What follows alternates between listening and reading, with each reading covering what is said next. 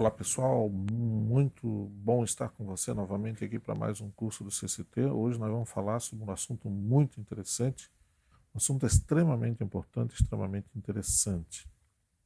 Lembrando a você que o conteúdo desse treinamento está depositado legalmente na Biblioteca Nacional, conforme diz o decreto 1825, em que todos os direitos estão reservados ao CCT. Nenhuma parte desse material pode ser arquivada, pode ser reproduzida ou transmitida de qualquer forma ou qualquer outro meio, seja eletrônico ou mecânico, incluindo fotocópia ou gravação de backup, sem a permissão escrita do CCT, que é o proprietário dos direitos autorais desse material técnico. Esse material didático ele possui um código de rastreamento unívoco, criptografado, oculto, que permite que o CCT identifique que você o recebeu e você o acessou. Presta atenção. O repasse desse material para terceiros caracteriza crime contra os direitos autorais. A identificação do responsável pelo repasse é facilmente realizada por esse código criptografado, assegurando ao CCT processar os infratores das leis de direitos autorais.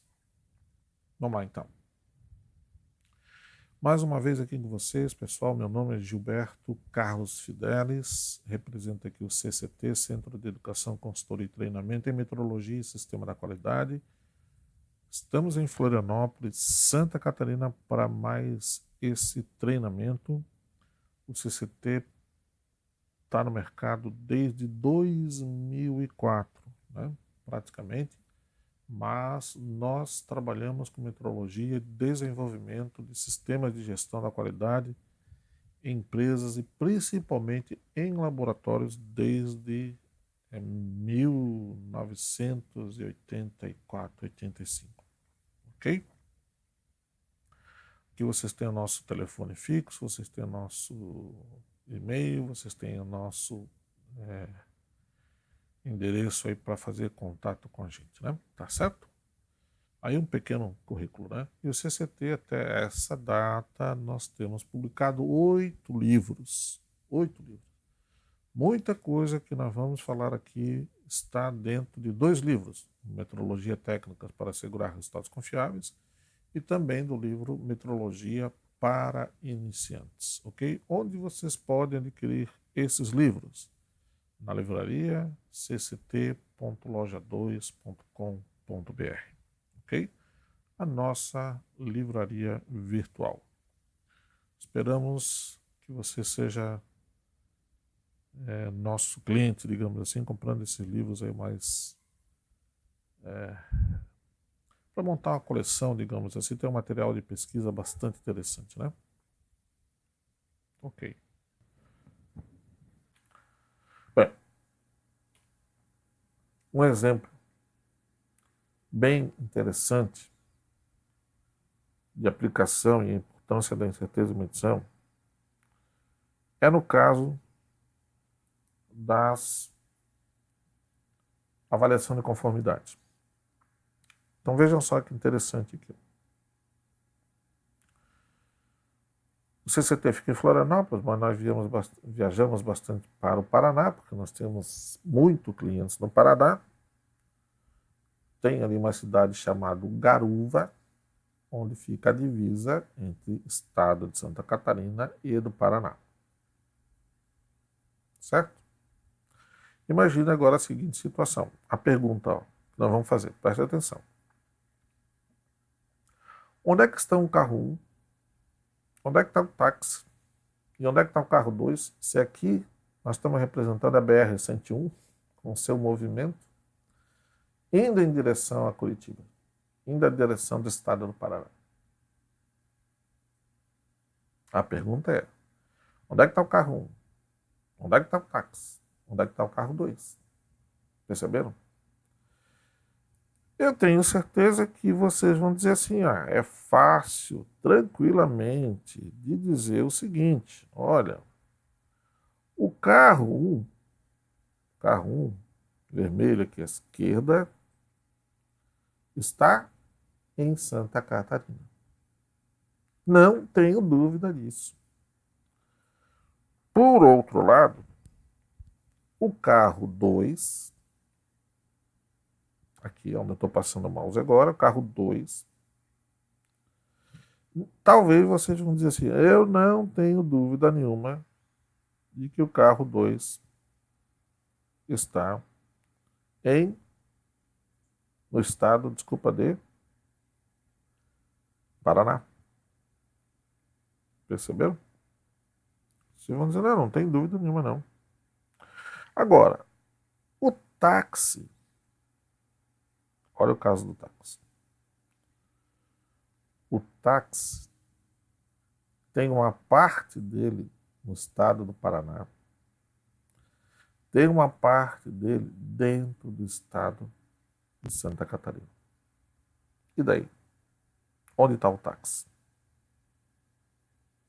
Perceberam? O que a gente pode dizer desses resultados aí? A gente pode dizer o seguinte, olha, nós podemos afirmar com 100% de segurança que o carro 1 realmente está dentro de Santa Catarina, que o carro 2 realmente está dentro do estado do Paraná e que o carro 3 é um resultado inconclusivo. Inconclusivo porque eu não sei onde ele está. Ele tem um pedaço do Paraná, tem um pedaço dele dentro de Santa Catarina. Agora imagine que essa divisa aqui seja o valor máximo de um resultado. Valor máximo para provar um produto. Valor máximo para provar a temperatura dentro de uma sala. Valor máximo para provar o pH de uma solução. Isso é o valor máximo. E o que está à esquerda está conforme, o que está à direita está não conforme. Aí vocês vão dizer, olha, o resultado 1 está conforme, o resultado 2 está não conforme e o resultado 3 é inconclusivo. Ou resultado 3, o táxi, no caso, né? Que seria o resultado 3. O resultado 3 seria inconclusivo. É isso que se faz numa declaração de conformidade. Né? Se o que está dentro de Santa Catarina é conforme, o que está dentro do Paraná é não conforme. Poderia ser o contrário, né, pessoal? Só para ilustrar, tá? Nada contra Paraná, nada a favor de Santa Catarina. Só para ilustrar. Olha só. Repetindo. Se isso aqui, se o carro 1 representar um resultado da medição, se o táxi representasse um outro resultado de uma medição, ensaio, calibração, seja o que for, e o carro 2 também representasse um resultado de uma medição, a gente poderia dizer tranquilamente, e se a divisa, se a linha vermelha fosse o máximo permitido para aquele resultado, que o carro 1 estaria totalmente conforme, o carro 2 estaria totalmente não conforme, sem problema nenhum, mas que o carro 3 eu tenho um resultado, ou o táxi nós temos um resultado inconclusivo. Perceberam? Perceberam? Agora, vocês podem dizer assim, puxa, então, quanto maior o tamanho do carro, maior a dúvida. É verdade. Quanto maior o tamanho do carro, maior a dúvida eu vou ter. A mesma coisa com a incerteza. Quanto maior o tamanho da incerteza, mais dúvida eu vou ter no resultado. Bom, então agora vamos passar isso aqui que a gente viu para a situação real. Olha só que interessante esse caso aqui. Vamos ver. Uma declaração de conformidade. Ali a questão da certeza é importante. Frequentemente, o resultado de uma medição é comparado com o valor definido de uma especificação técnica, uma tolerância de um processo ou de um produto. A tomada de decisão. Esse produto está bom, esse processo está ok ou não. Conforme a norma ISO 17025, uma declaração de conformidade deve sempre levar em conta a incerteza de medição do resultado. Ok? Sempre. A variação de conformidade ela é definida na norma 17.000 como a demonstração de que os requisitos especificados para aquele produto, para aquele processo, para aquele sistema, para aquela pessoa, para aquele organismo são atendidos. Para nós aqui, geralmente é produto ou um processo. Estão ou não atendidos. Ó. É demonstrar na prática que aquele processo, aquele produto está ou não atendido, ou seja, atende ou não aquela especificação. Colocando na prática, está aqui. Ó. Analisemos agora o caso de um laboratório de calibração de instrumentos de medição de grandezas elétricas, por exemplo. Poderia ser qualquer outro caso. Normalmente, esses laboratórios, eles especificam a condição ambiental da temperatura. Geralmente, né? Por exemplo, as normas técnicas dizem assim, ó, os instrumentos de grandezas elétricas devem ser calibrados na temperatura de 23 mais ou menos 2 graus Celsius. O que quer dizer isso?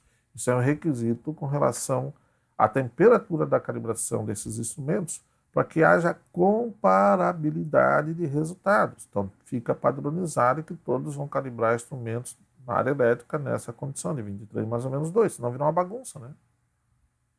Então, cada um calibra o instrumento numa condição diferente e a gente não consegue comparar resultados. Então, essa definição de 23 mais ou menos 2 graus Celsius para a temperatura é uma tolerância. Isso aí é uma especificação. Ok? Ó, que pode ser representada assim, ó. O laboratório, ou a temperatura do laboratório pode variar de 21 a 25 graus Celsius. Tem nada a ver, isso aqui não tem nada a ver com o resultado da medição. Isso é o seguinte, é uma tolerância, é uma especificação para a condição da temperatura dentro desse laboratório de calibração. Tá vendo? A gente pode chamar aqui de processo. Esse processo de controle da temperatura desse ambiente tem que garantir que a temperatura não fique abaixo de 21 graus Celsius ou que a temperatura não passe de 25 graus Celsius. Agora, a medição é perfeita? Não. Né? Então nós vamos ter algumas dificuldades. Se a temperatura estiver dentro desses limites, o laboratório pode afirmar que a temperatura ambiente está conforme a especificação. Claro. Só que eu vou medir, e nós sabemos que a nossa medição não é perfeita. Por quê? Existem problemas com incerteza de medição, existe problema com erro de medição. Ó, para avaliar a conformidade da temperatura ambiente em relação à especificação, medições devem ser realizadas. Ninguém vai olhar para o ambiente e vai dizer, esse ambiente está tão geladinho, então tá bom. Esse ambiente não tá bom não. Só olhando para o ambiente. Nós temos que medir, monitorar isso aí. Ok? Então, olha só. 3 situações possíveis.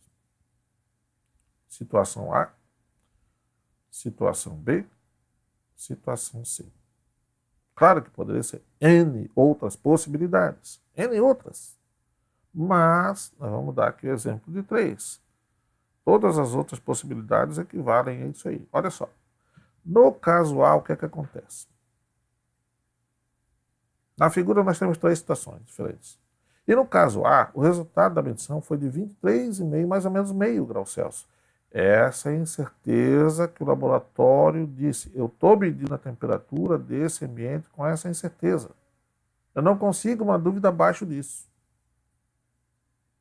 Isso representa para nós, se ele mediu o valor 23,5, que a incerteza pode chegar, né? Ou melhor, que em função da incerteza, esse resultado pode chegar a 24 graus Celsius ou a 23, está aqui dentro desse intervalo.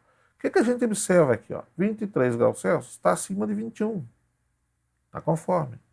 24 graus Celsius é abaixo de 25 graus Celsius, ou seja, todo o resultado da medição está dentro da especificação. Ou seja, que o resultado 23,5 mais ou menos o meio está totalmente dentro da tolerância especificada definida pelo limite mínimo, que é 21 graus Celsius, e pelo limite máximo, que é de 25 graus Celsius. Ou seja, esse é o caso em que existe o atendimento à especificação. Ou seja, nós podemos aqui bater no peito e dizer, realmente a gente consegue manter a temperatura do laboratório, ou nesse dia em que a temperatura estava em 23,5, mais ou menos 0,5 graus Celsius, nós podemos afirmar que o processo de controle dessa temperatura estava conforme. Isso é uma declaração de conformidade e que leva em conta a incerteza de medição do resultado e que deve levar. Agora veja o caso do meio aqui, o caso B. Vamos ver o caso B. Olha só, caso B, ou situação B. Aponta para um caso interessante. O resultado da medição, que é 21,2 agora, com a mesma incerteza, mais ou menos meio, não está completamente dentro da tolerância. Tem uma parte do resultado aqui fora, tá vendo? 21,2 menos 0,5 vai chegar a 20,7. 21,2 mais 0,5 vai chegar a 21,7. Certo ou não? né? 20,7 mais 0,5 dá 21,2. E 21,2 mais 0,5 dá 21,7. Tem uma parcela do resultado que está fora da tolerância, ou seja, resultado inconclusivo. É o equivalente ao táxi para nós. É o táxi. Por que resultado inconclusivo? Porque eu não posso afirmar que está dentro da tolerância e nem posso dizer que está fora. Então é inconclusivo. Ou seja, eu não posso afirmar que a temperatura ou que o processo de controle dessa temperatura, desse ambiente, está ok. O que provavelmente esse cliente vai ter que fazer? Tentar melhorar a temperatura, né? Tentar baixar essa temperatura. Aí não fazer novas medições para ver se agora fica dentro. Mas aqui é inconclusivo. Eu não posso dizer que está fora nem está dentro. É inconclusivo. Então, olha só. Voltando, o resultado da medição 21,2 mais ou menos meio não está completamente dentro da tolerância e, portanto, não podemos concluir que realmente a temperatura ambiente está conforme. Veja que se a incerteza do resultado da medição não fosse considerada, a conclusão seria de quê? Declarar a conformidade, porque o valor 21,2, o valor 21,2 está dentro desse intervalo de 21 a 25. Claro, se eu não levar a incerteza em conta, está ok. E é isso que muitas empresas fazem por aí, né? Esquecem da incerteza. E aí aprovam. Depois vai dar problema lá na frente em algum lugar. Aí é o caso do inconclusivo. Vamos ver agora o caso 3, ou a situação C. É aquele onde não existe atendimento da especificação, pois todo o resultado da medição ultrapassa o limite superior de 25 graus Celsius. Ou seja, nós medimos a temperatura lá do ambiente, deu 26, colocando a incerteza para a direita do resultado 26,5, colocando para a esquerda da 25,5, mas ainda 25,5 é superior a 25, nós não temos dúvidas nenhuma de dizer que esse ambiente não, o sistema de controle de temperatura não atende à especificação da norma X lá para calibração de medidores elétricos. Isso é uma declaração de conformidade. Completamente conforme, sem dúvida. Né? Ou conforme. Inconclusivo. Não conforme. Perceberam como é importante a incerteza? E tem muita coisa para discutir aqui. Tem muita coisa para discutir. Por exemplo, que nós não estamos discutindo agora. E o erro de medição onde é que fica? Não vamos discutir isso agora. Estamos querendo só avaliar a influência da incerteza. Outra coisa, e o tamanho da incerteza? Se a incerteza é menorzinha, se a incerteza é maior, como é que fica? Pode mudar toda essa dúvida aqui. Aqui, ó, sem incerteza, só para vocês terem uma ideia, sem incerteza que ela é menorzinha, ela é metade do que está aqui, ó. Se ela já é metade desse valor, metade de 0,5, esse resultado poderia ser aprovado. Perceberam? Se a incerteza já fosse a metade do que ela é, 0,5, esse resultado poderia ser aprovado. Mas não é isso, nesse caso. Então, o erro de medição influencia, o tamanho da incerteza influencia, mas isso nós não vamos abordar aqui agora. Nós só estamos abordando o quanto a incerteza ela tem que ser levada em consideração na questão da variação de conformidade. Tá certo? Então tem muita coisa para a gente discutir que a gente vai ver nos próximos módulos, nos próximos treinamentos. Tem muita coisa para discutir. Bem, pessoal, muito obrigado pela atenção. Espero vê-los aí em outros eventos, em outros treinamentos do CCT. Falamos aqui de forma rápida sobre a incerteza da medição, falamos sobre o resultado da medição completinho, né? Esperamos ter chamado a sua atenção da importância de tudo isso aí. E agora é praticar, estudar um pouquinho mais, avançar nos conhecimentos. Muito obrigado pela atenção, um grande abraço, até uma próxima oportunidade aí. Tchau, tchau.